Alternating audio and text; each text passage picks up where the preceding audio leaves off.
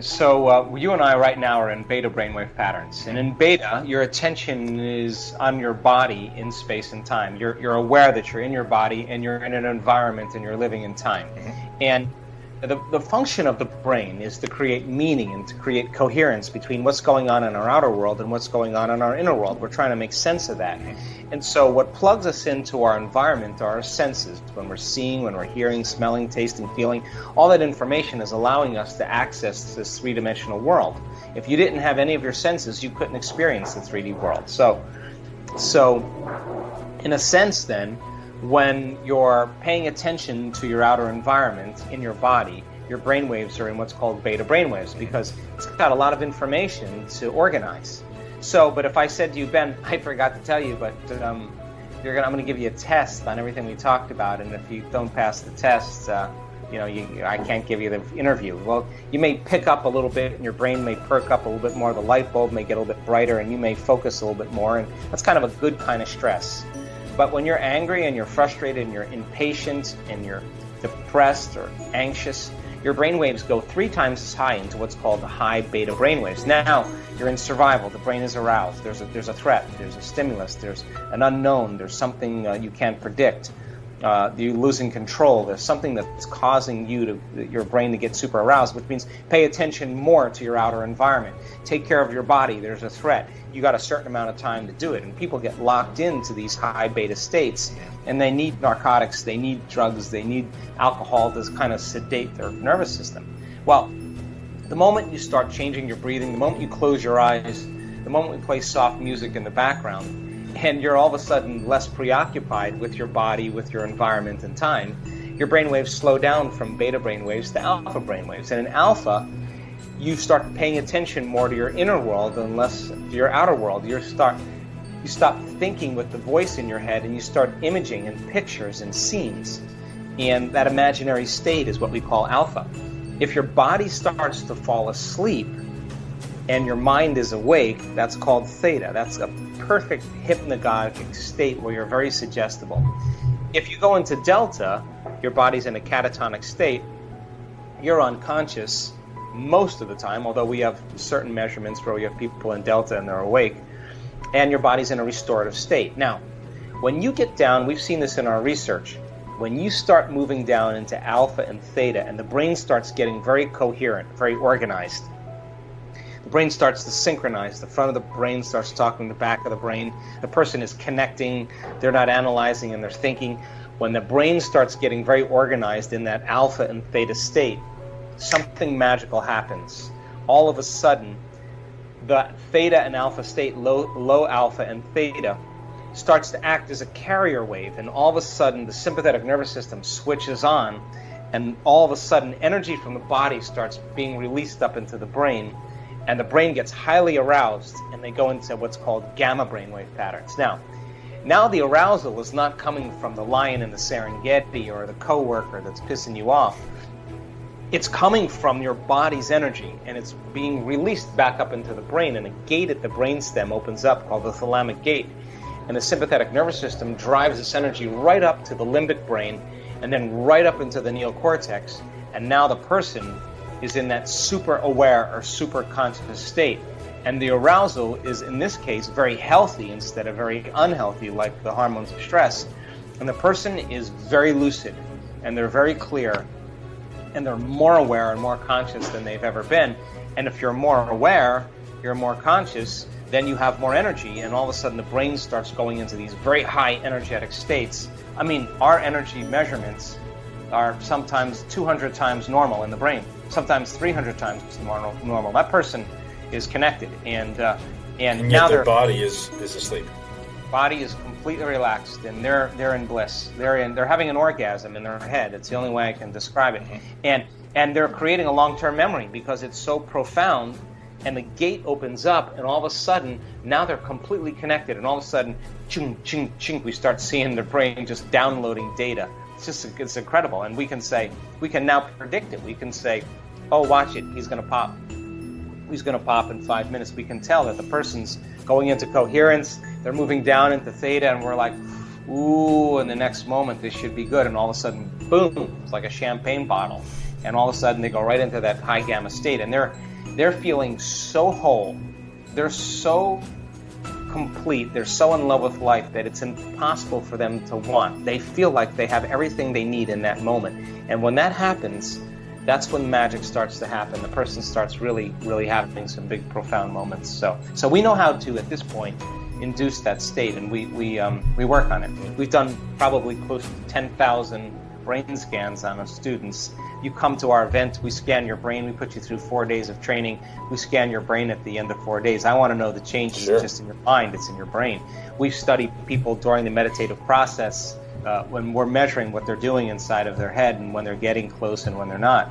We're measuring the heart. When you feel gratitude and love and kindness and compassion, your heart gets very organized and very coherent, and it produces a measurable magnetic field. We want our students we want to measure that to know the person's doing it. So I can say to you, Ben, you're doing it, or I can say, Ben, you're not doing it. So when we see a person that can sustain gratitude or joy or freedom for an extended period of time, it's becoming a skill. They walk out into their life, and they're not just paying attention to their outer world, they're paying attention to this feeling because it's so good. So they say, I'm not going to trade this feeling for anyone or anything. We measure telomeres. We've measured genetic expression. We can prove that you can change your genes in just 4 days, upregulate genes that suppress cancer, to reduce aging, to stimulate stem cells to go to damaged areas of your body and repair it, to activate the microtubules, the cellular structures of the cell, to stimulate your immune system. We were able to do that in 4 days, turn on new genes, to measure the immune system responses, neurotransmitters, energy in the room, energy around people's bodies, because all of this information shows people how powerful they really are. And that's kind of why I wrote Becoming Supernatural, because common people are doing the uncommon, and the measurements are off the chart, and everybody's starting to figure this out, and now people are becoming less reliant on things outside of them and more trusting of the resources that they have within them. We measure telomeres, and telomeres are the little shoestrings on the end of your DNA that when a cell replicates, they shorten. And when people are under psychological or emotional stress or any kind of stress, those telomeres tend to shorten a little faster. And so my theory is, why not reverse it? Let's see if we can elongate them. So we have the data coming in this week, and gosh darn it, if those telomeres lengthen to any degree, 10% means the person got 10% of their life back in 4 days. And I do absolutely believe it's possible. And I'm not going to stop measuring, because I think the measurements kind of silence the critics. I mean, you can't tell me that you can't change your genes in 4 days. I know you can. You can't tell me that you can't change your brain waves and make it a skill. I know you can. So everyone's a skeptic, Joe. Everyone's always going to be a skeptic, right? Yeah. So, but when you see the research and you see the data, yeah, maybe not everybody can do it, but if you got 50% of your community doing it, it's a pretty damn good sign that anything's possible. I've always stuck kind of in the scientific bandwidth to keep the peace to a certain degree, but sure. With all the measurements we've done and all of the scientific studies we've done over the last 5 years, I can tell you that people are doing some pretty supernatural things. And so the book is really about the how-to. Every single chapter, there's quite a bit of content, but we are giving people meditations in every chapter to practice just about. They're understanding how to induce the mystical experience. They're understanding a specific breath to create gamma brainwave patterns. They're learning about heart coherence. They're learning about a walking meditation, and they're learning different ways to come at it so that they can begin to express a greater degree of themselves. And the measurements that we show in the book are absolutely supernatural. So it kind of validates this idea that we're more powerful and unlimited than we've really thought all along. Look, I mean, it's really simple. I don't have a problem with you putting your attention on your body. I think you should. I think you should really take care of your temple and make sure that you treat it really well. But there's a time when you have to get beyond it. And if you can't get beyond it, then that's your identity. So I think that people come to this work for many different reasons. People come for health conditions or diseases. People come because they want a new life. People come because they want answers. But I don't really care what a person comes for, because ultimately when they start connecting, their values change and they start feeling differently, and they change, and they still have a great body and they still have a healthy body, but in addition to that they have a healthy mind. So I think really a great start for people is to wake up in the morning and ask themselves a simple question: what is the greatest ideal of myself that I can be today? What is the greatest expression of myself? And really sit down and decide who they want to be when they open their eyes. And just the act of closing your eyes and thinking about it and making choices differently than you typically do, and rehearsing them and actually follow through and doing them is going to lead you to a whole new life over time. So it's not that mystical, because the mystical is the side effect. It's the phenomenon of this work. The real thing is to have a more profoundly enriched life, where you're in it and you love it and you want more of it. That's what I want for everybody. And for some people it may be the mystical. For some people it may be $1 million or $10 million. I don't care. Right. I just want them to create it. Right. Just whatever you want, just get busy creating it and prove to yourself really how powerful you are. And we got a lot of people doing it.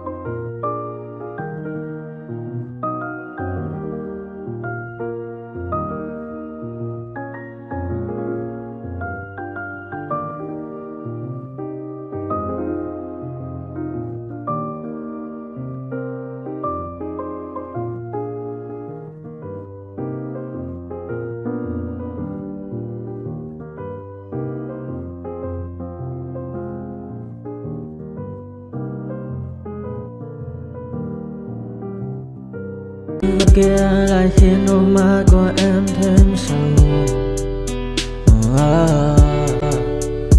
Vì sao em đi không để lại lý trí, chẳng để lại anh khi nước mắt còn rơi.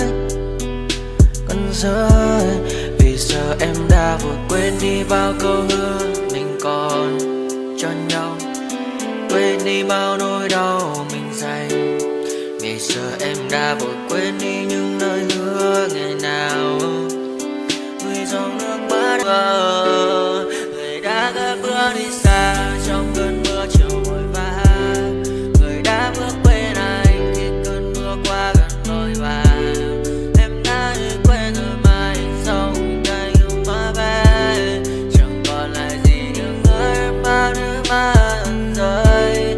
Em khiến con tim như trôi bay trong chiều thu đầy nắng, em khiến con tim như tan mưa trong chiều thu mát màng. Vì còn nhiều lắm những ngỡ vàng, nhiều lắm những nỗi vội vàng, nhiều lắm những cơn mưa em mưa ta bây giờ em vang lòng mẹ góc bài đứng sang nhờ.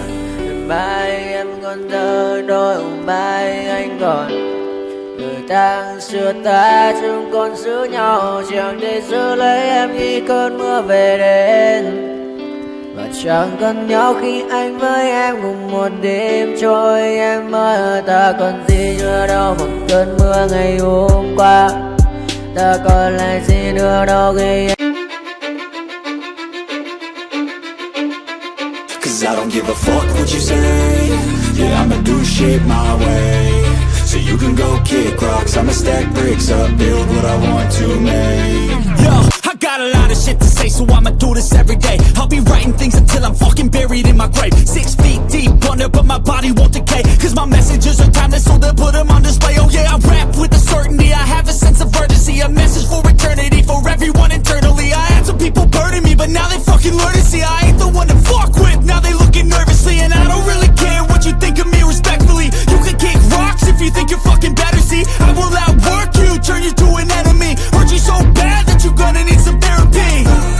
I got the motherfucking recipe, I've been cooking up hits, I'ma leave a legacy. You'll be looking small when you're standing right next to me. I'm 5'10", bitch, but I'm 10 feet Cause I don't give a fuck what you say.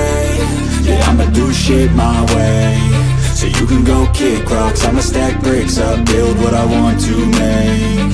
Cause I don't give a fuck what you say. Yeah, I'ma do shit my